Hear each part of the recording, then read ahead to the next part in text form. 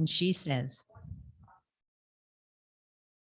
music has a way of feeding and caring for the spirit. Music transforms our hearts, fills our minds with possibility, and soothes even the weariest soul, much like mothering can.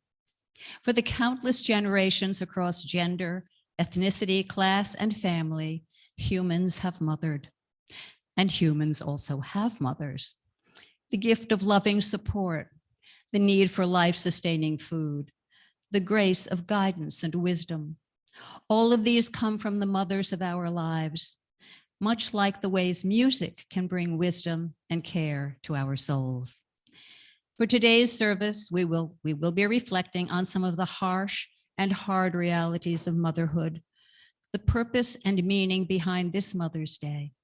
We will share the sacred reality of being a mother in a world that may not support mothers. May the music in this service soothe our hearts and open our minds to the reflections we share today. Let us prepare ourselves for worship. So, we light this chalice in the search for truth, in the spirit of love. We unite in worship and fellowship. And in addition, I will light 3 candles.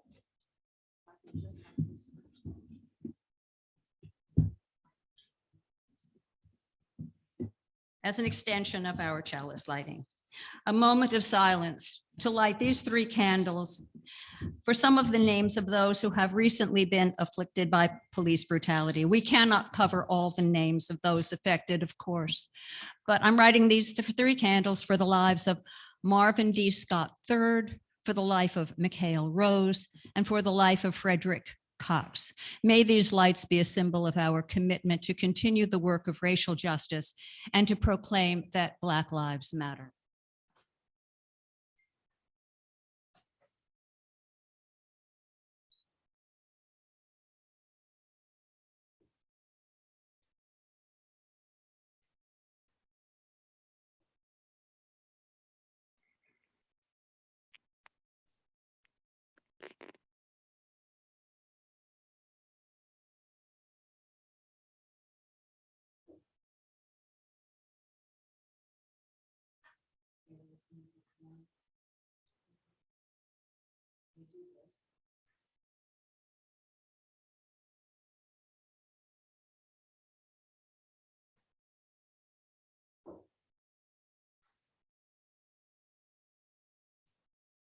As Ruth announced, you are invited to sing along. In fact, this is a singing service. So please grab the gray hymnal in your pew. I know you may be a little rusty because it's been a while since you sang along, but hopefully you've been practicing in the shower. Please stand. Number 38, Morning Has Broken.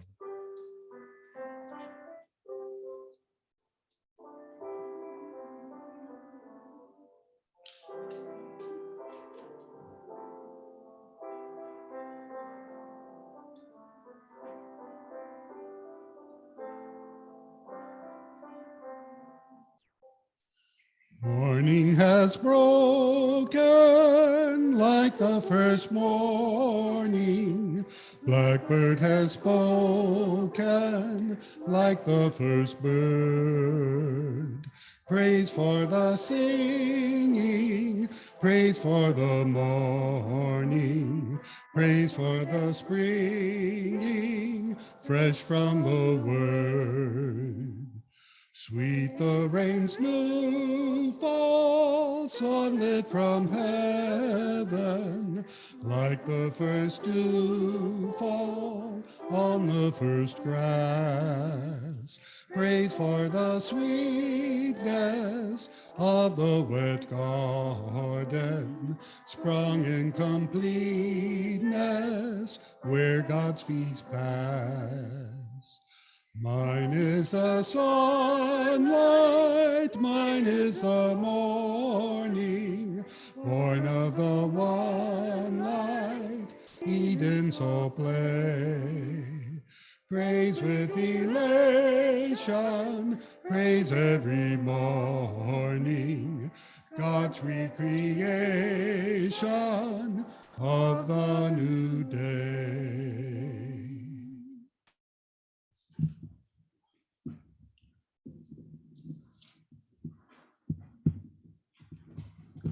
Now is the time in our service for joys and sorrows. If you're visiting us for the first time, this is the time when you can introduce yourself. For those who are gathering in person, we invite you to raise your hand and then stand where you are seated and speak aloud your joy or sorrow. I will give you the microphone to speak into. We invite you to share what is in your heart. For those who are joining us online, we invite you to type into the chat your joys and sorrows, and Mike will read them aloud. We invite you to share what is in your heart.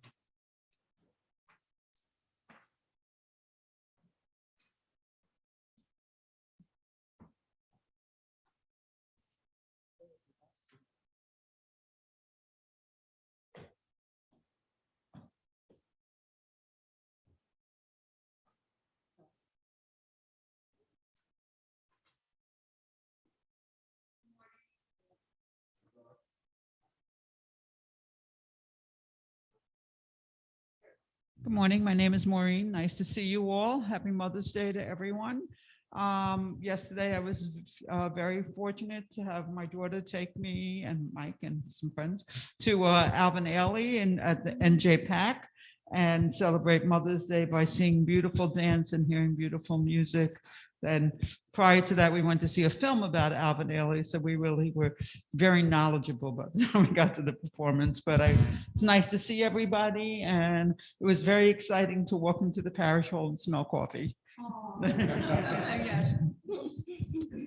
Yes. Hi, I'm Elise. I'm back. It's good to be surrounded by humans and not on Zoom. I'm joyful that my children are healthy and plan to take me to brunch today. And the sorrow that I've experienced is the uncertainty of an onboarding process that basically they're doing like background checks. And so I've had a delay in employment. So that's been really stressing me out. But the joy I had this week was that a lot of my colleagues stepped up and wrote letters of recommendation, and I got a lot of support. So although it was scary, I really kept going further and getting the people who I know love support me. And so that's been really a breakthrough for me this week.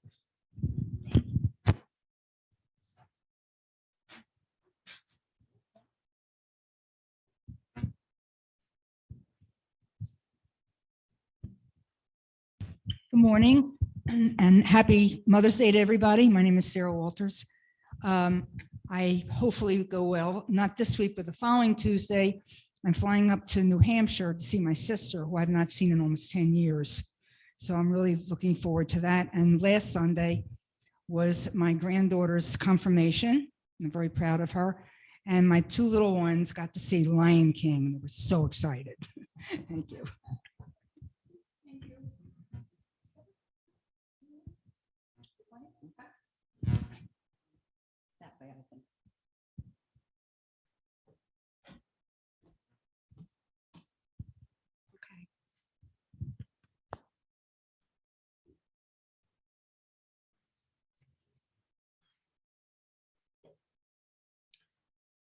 For all the joys and sorrows that we have heard, and for those that go unspoken, we're grateful for sharing in this community.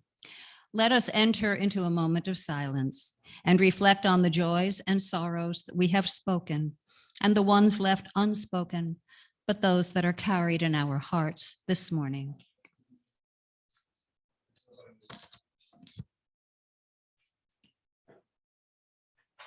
May the words and silence, okay. Just take a few moments of silence.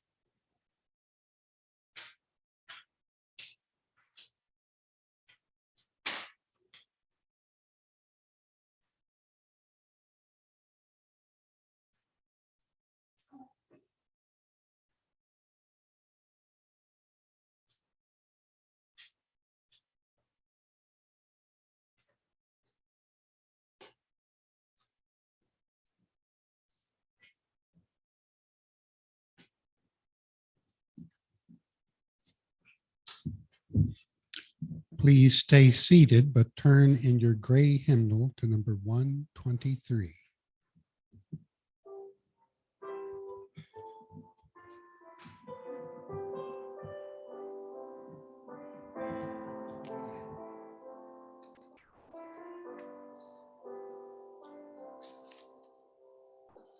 Spirit of life, come unto me. Sing in my heart all the stirrings of compassion. Blow in the wind, rise in the sea. Move in the hand, giving life the shape of justice. Roots hold me close, wings set me free. Spirit of life, come to me, come to me.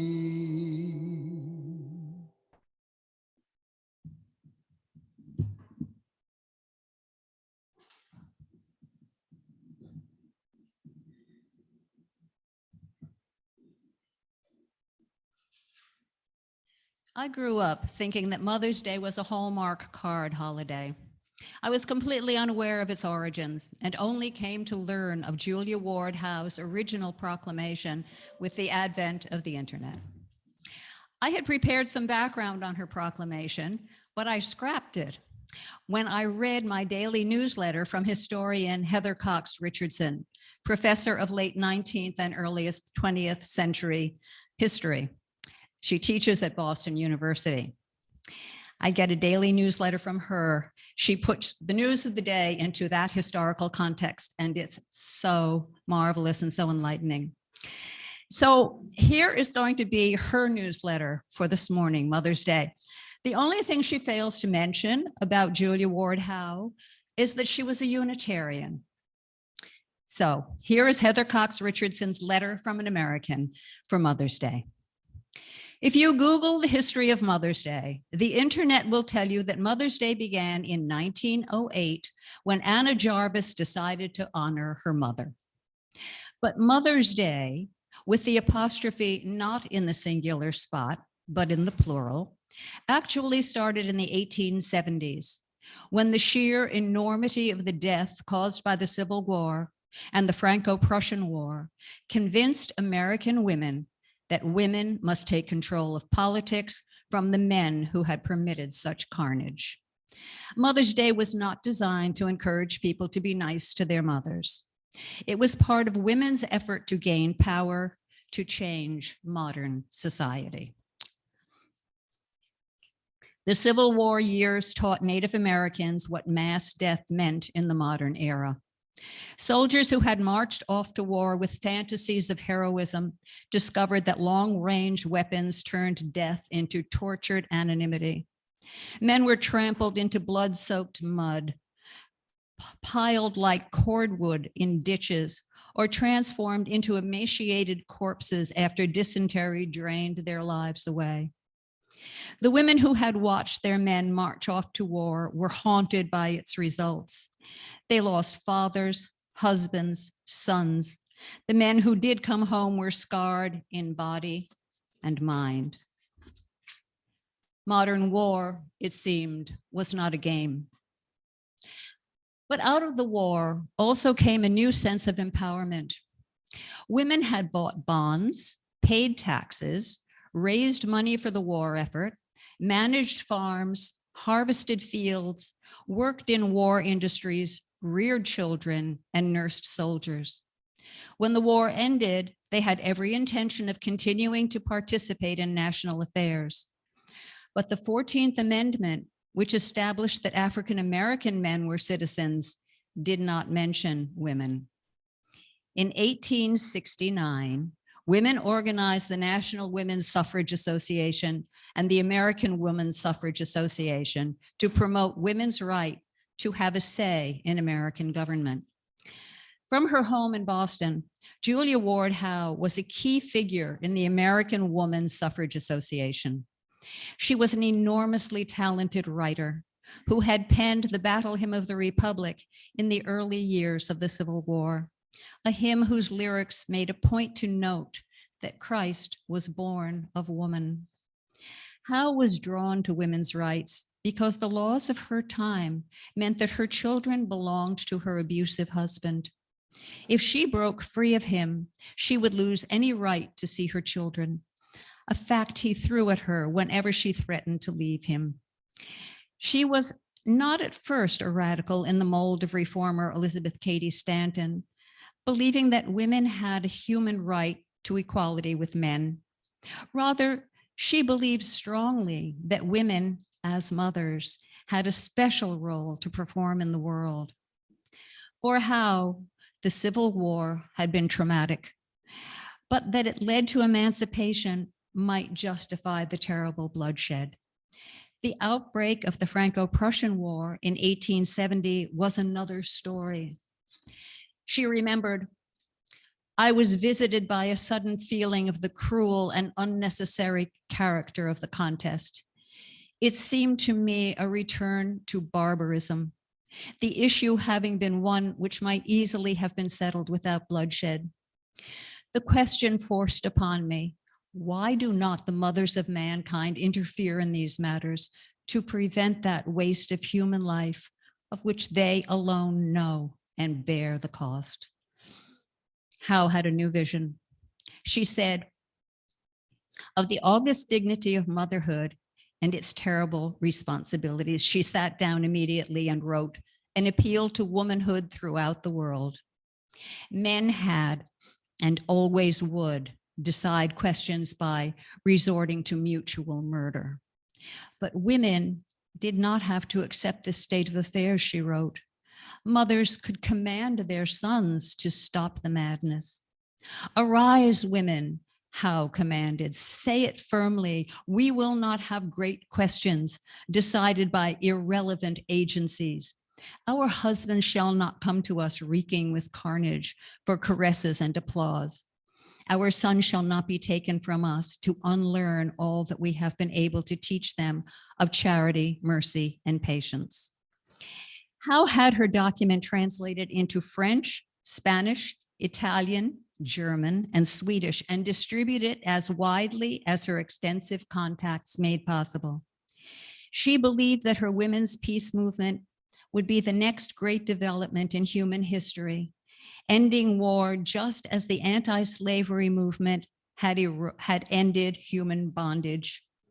She called for a festival which should be observed as Mother's Day, and that's mothers in the apostrophe, with the apostrophe in the plural spot. Observed as Mother's Day, and which should be devoted to the advocacy of peace doctrines, to be held around the world on June 2nd of every year, a date that would permit open air meetings. Howe organized international peace conferences, and American states developed their own Mother's Day festivals. But Howe quickly gave up on her project. She realized there was so much more to do before women could come together on such a momentous scale. She turned her attention to women's clubs to constitute a working and united womanhood. As she worked to unite women, she threw herself into the struggle for women's suffrage, understanding that in order to create a more just and peaceful society, women must take up their rightful place as equal participants in American politics. Perhaps Anna Jarvis remembered seeing her mother participate in an original American Mother's Day when she decided to honor her own mother in the early 20th century. And while we celebrate remembering the original Mother's Day and Julia Ward Howe's conviction that women must make their voices heard, here is Julia Ward Howe's original Mother's Day proclamation. She says, "Arise, all women who have hearts. Whether your baptism be that of water or of tears, say it firmly. We will not have great questions decided by irrelevant agencies. Our husbands shall not come to us reeking with carnage for caresses and applause. Our sons shall not be taken from us to unlearn all we have been able to teach them of charity, mercy, and patience. We women of one country will be too tender of those of another country to allow our sons to be trained to injure theirs. From the bosom of the devastated earth, a voice goes up with our own. It says, disarm, disarm. The sword is not the balance of justice. Blood does not wipe out dishonor, nor violence indicate possession. As men have often forsaken the plow and the anvil at the summons of war, let women now leave all that may be left of home for a great and earnest day of council. Let them meet first as women to bewail and commemorate the dead. Let them then solemnly take counsel with each other as to the means whereby the great human family can live in peace, each learning after his own time the sacred impress, not of Caesar, but of God. In the name of womanhood and of humanity, I earnestly ask that a general Congress of Women without limit of nationality may be appointed and held at some place deemed most convenient and at the earliest period consistent with its objects, to promote the alliance of the different nationalities, the amicable settlement of international questions, the great and general interests of peace. And now Kevin will lead us in hymn 1028 in your teal hymnal, Fire of Commitment. Let's stand for this one and sing it with commitment.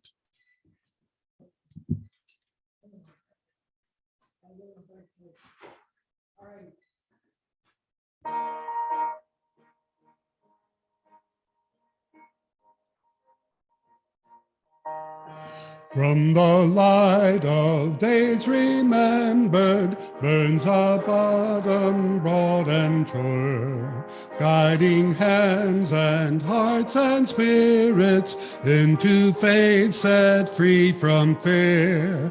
When the fire of commitment sets our mind and soul ablaze, when our hunger and our passion meet to call us on our way, when we'll live with deep assurance of the flame that burns within, then the promise finds fulfillment and our future can begin.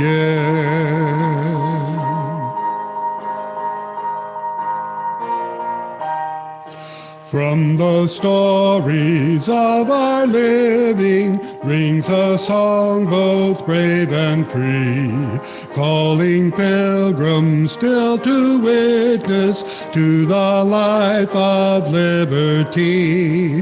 When the fire of commitment sets our mind and soul ablaze, when our hunger and our passion meet to call us on our way, when we live with deep assurance of the flame that burns within, then our promise finds fulfillment and our future can begin.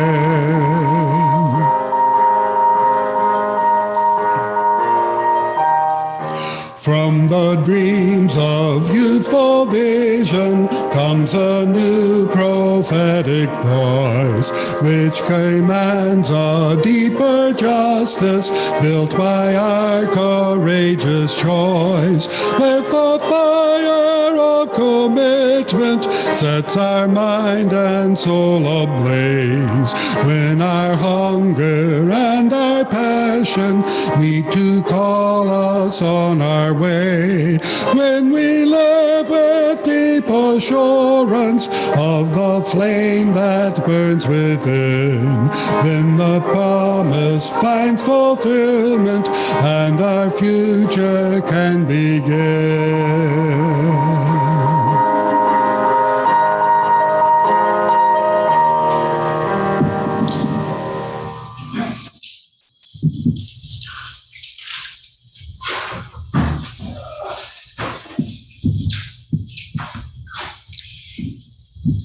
We're talking about two kinds of mothers this morning, aren't we? We're talking about the mothers who are suffering or being killed with their children in Ukraine. And we're also talking about the mothers who would like to choose when, where, how many children to have, whose rights seem to be hanging in the balance now. Reverend Emily Dietar-Burt has prepared a statement for us on the latter issue. This is her SCOTUS statement. Becoming a mother transcends gender, biology, class, and family situation. There are countless ways people become mothers and love in motherly ways. The joy of successful adoption, the wonders of childbirth, the beauty of foster homes filled with love and care, or the ways people find chosen families. These are some of the ways people become mothers. To mother others is an active choice that redefines one's whole life. And it is a choice. It is not something that should be forced upon those who have uteruses. It is not something burdened or locked into without bodily autonomy and the active participation it takes to become a mother. To become a mother is a sacred, loving, scary choice, filled with its own consequences and joy. To be a mother should be wanted, just as to have children should be a loving, desired process. To refuse people the right to actively and compassionately make that choice just because of the bodily parts they have is to make those with wombs less than human. Today, as we celebrate and honor the many different ways to be mothers and the beautiful reality of motherhood, let us rededicate ourselves to defending the sacred choice to become a mother. May we let people become mothers in their own time, with resources, with love, with care and decision, instead of being forced to become a mother just because their bodies can. And now Kevin will lead us in hymn 1024 in your teal hymnal, When the Spirit Says Do. This is a rousing one also, so please stand and sing with enthusiasm.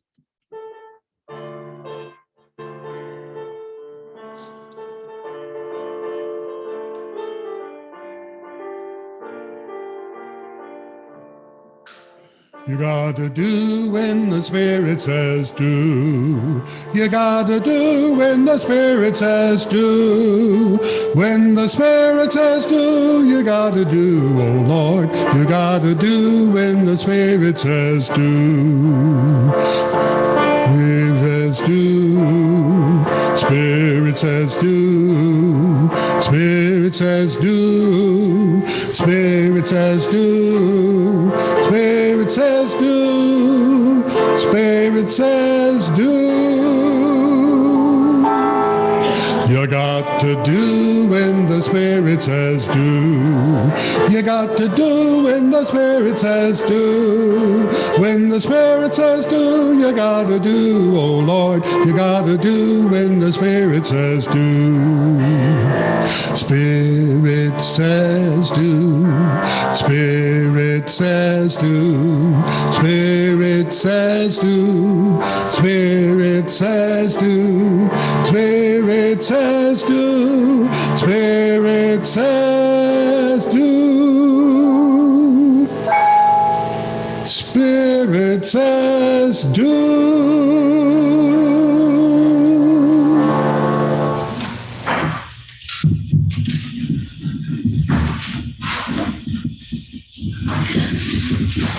Now is the time in the order of service where we take an offering. We know it's the gifts of all of us that help support our ability to thrive and gather. For those in person, we invite you to drop your offering in the basket on the left of the chancel as you exit the parish hall after the service for refreshments. Yay!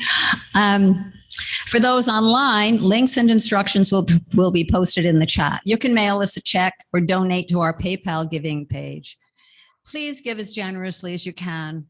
Our offering will now be gratefully received online.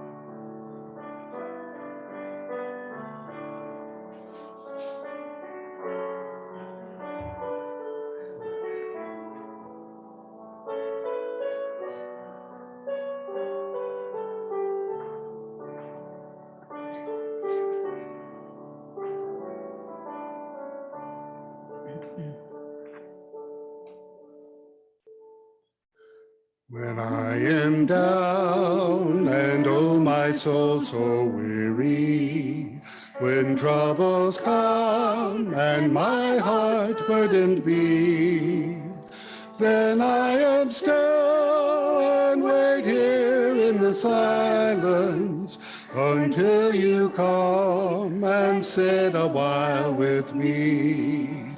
You raise me up so I can stand on mountains. You raise me up to walk on stormy seas. I am strong when I am on your shoulders. You raise me up to more than I can be.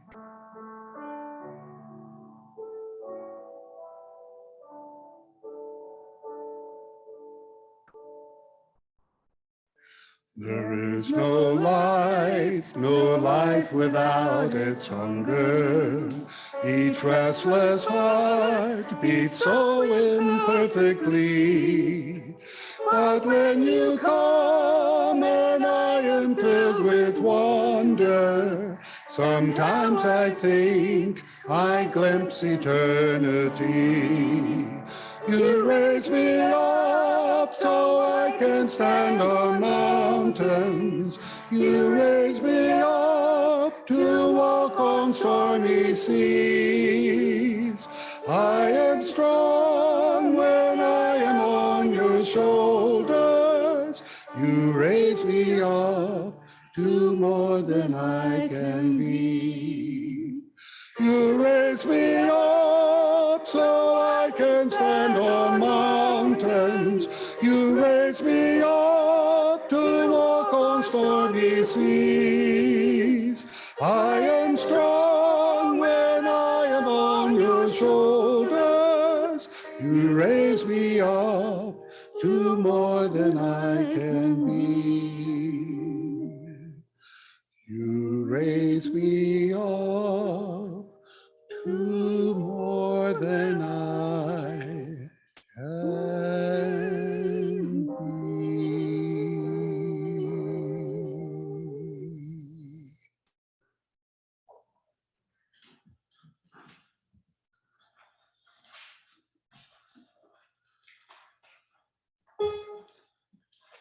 Okay, when you came in, you should have been handed a song sheet.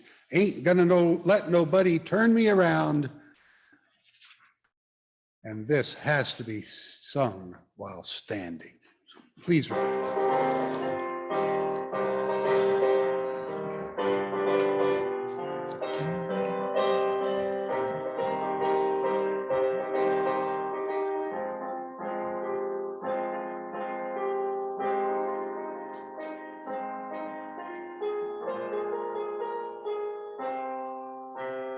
Ain't gonna let nobody turn me around, turn me around, turn me around. Ain't gonna let nobody turn me around. I'm gonna keep on walking, keep on talking, marching up to freedom land, marching up to freedom land. There are words like freedom, sweet and wonderful to say. On my heartstrings, freedom sings all day and every day. Ain't gonna let nobody turn me around, turn me around, turn me around. Ain't gonna let nobody turn me around. I'm gonna keep on walking, keep on talking, marching up to freedom land, marching up to freedom land. There are words like liberty that almost make me cry. If you had known what I know, you would know why. Ain't gonna let nobody turn me around, turn me around, turn me around. Ain't gonna let nobody turn me around. I'm gonna keep on walking, keep on talking, marching up to freedom land, marching up to freedom land. Ain't gonna let nobody turn me around, turn me around, turn me around. Ain't gonna let nobody turn me around. I'm gonna keep on walking, keep on talking, marching up to freedom land, marching up to freedom land.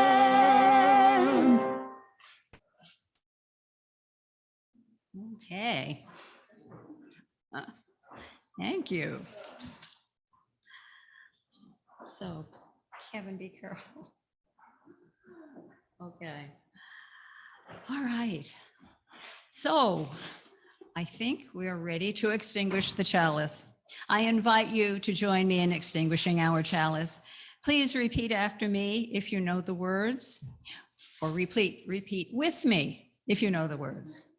We extinguish this flame, but not the light of truth, the warmth of community, or the fire of commitment. For these we carry in our hearts until we are together again.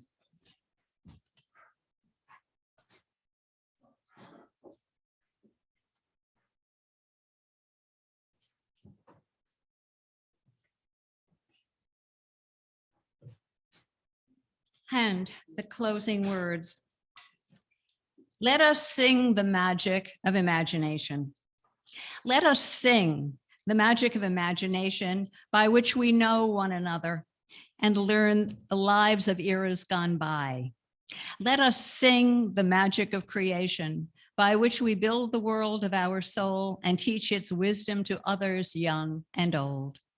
Let us sing the magic of creation by which we build the world of our soul. Oh, I just said that. And teach its wisdom to others young and old.